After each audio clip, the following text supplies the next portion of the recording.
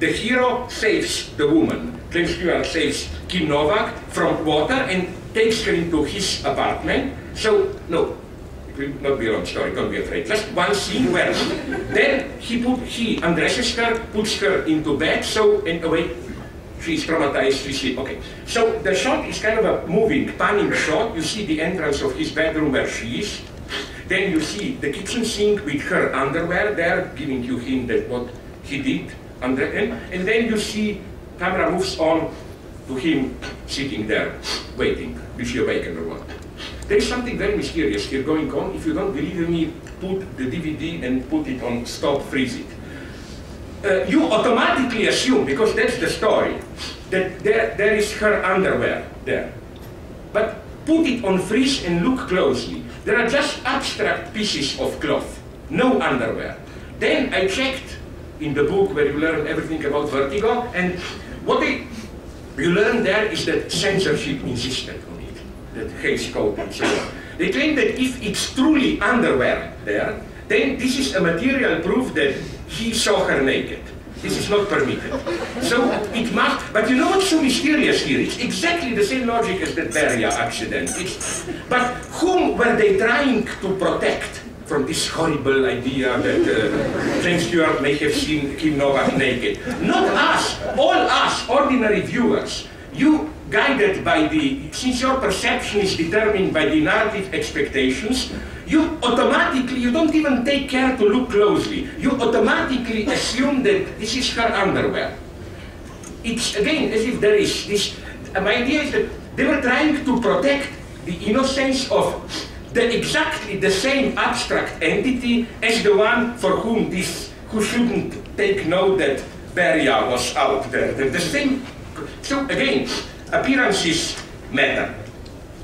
Which is why, okay, I will now cut it short. I had another line here on determining how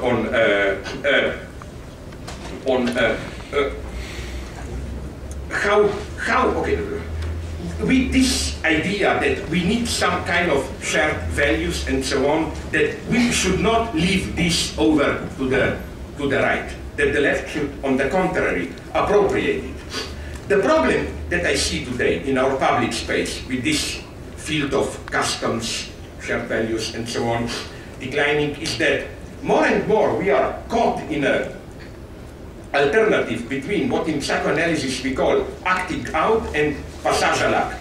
Acting out is a spectacle which addresses some figure of a big other, but it leaves the big other undisturbed at its place, while passage à l'acte is a violent explosion destroying the very symbolic link. This, I think, is unfortunately our predicament today.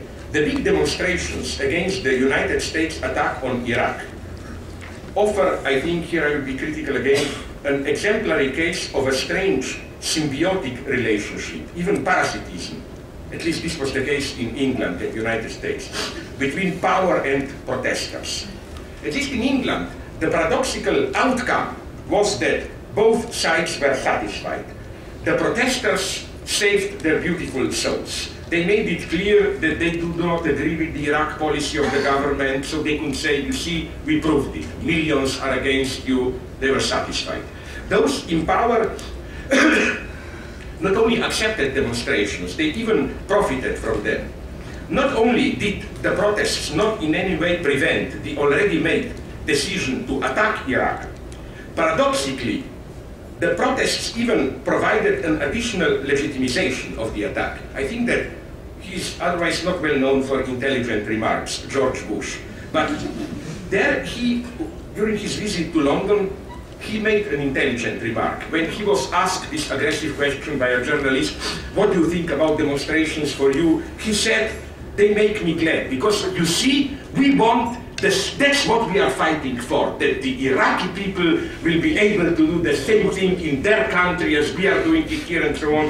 So this is what worries me. With all respect, I participated in that kind of protests. I even wrote a book criticizing American politics, which was published. But we should be nonetheless aware of how strangely the space is located today. On the one hand, you get these protests, which are often co-opted in a strange symbiosis, and then the only alternative appears to be terrorist, violent acts and so on. We are still searching for a space of activity, and especially, just to conclude now please, especially I think the fate of the example of Europe is here crucial. I think again, we should not leave to the right the topic of Europe. You know, it's almost, some leftists are afraid of, if we get engaged in defining what is Europe, you play some Eurocentric reactionary game and so on.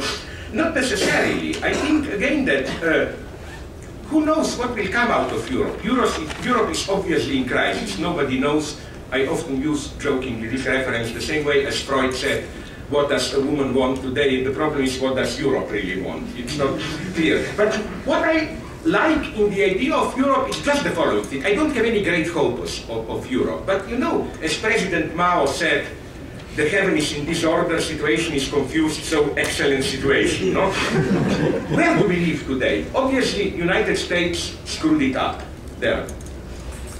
Even changed to play in some way the old Roman Empire role of world policeman. As I often repeat it, maybe I did it even here years ago, the problem, to put it bluntly, with United States is that, you remember that slogan of old ecological politics, think globally, act locally. United States, act globally, think locally.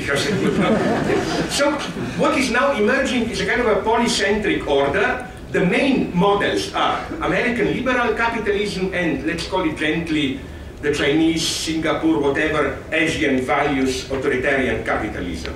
Well, I wouldn't like to live in a world where this is the only choice, no? And I'm here just pragmatic. Maybe Europe, maybe somewhere else, something will emerge. And I think we should participate in this fight. I think we should break out of this passive role where usually the right is more exclusive. The right worries more about European legacy, and then you have all these Turkey and other countries' problems. Do they deserve to be part of Europe? Do they really share our values and so on? And then the usual left reaction is, no, no, no, we are all invited in and so on. I think on the contrary, we should take this debate by, in the opposite sense, by maybe even setting higher standards. By, you know, it's an open situation. Let us define what is Europe. You know, as usually we say as Marxists, you should learn from the enemy. And the enemy from which I'm ready to learn here, this will shock you, is, why not? Hermann Göring, he did a wonderful thing once. Corrupted as he was, when Jews were sent to Auschwitz, he saved his personal masseur, who was a Jew. And then some hardline Nazi approached him, why did you do this? He's a Jew. He says, you know, the famous statement, earlier others made it.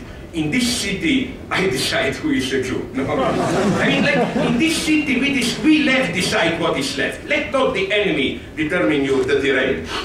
Let's take the case of today's Poland. I love the country, but are we aware that what is going on now in Poland is, to cut a long story short, terrifying? It's the first case of a Western, so-called Western civilized democratic country in which a kind of anti-modernist backlash has won. Anti-homophobia, anti-feminism, anti-abortion. It's not just the conservative government. Up to a certain extent, it's even a mass movement. For example, when I was in Prague half a year ago, there were demonstrations, abortion demonstrations. I said, so nice, finally, people are demonstrating. No? They told me, no, no, no, they're the wrong demonstration, because now they have already the very severe abortion law. Abortion is allowed only if it's a rape, if the birth will be, it can be proven it will be put the life of the woman in danger, or if the fetus is, how do you call it, deformed, crippled, and so on. No? They want to abolish even these three exceptions. This is what demonstrations were for. Then, just to give another example, a group of conservative politicians proposed a serious measure, legal, not kind of symbolic gesture, to abolish Poland as a republic and to found a new Poland with as monarchy with Jesus Christ as the king. And again, it's not meant as a symbolic measure. I mean, we could go on indefinitely, like the Minister of Education recently demanded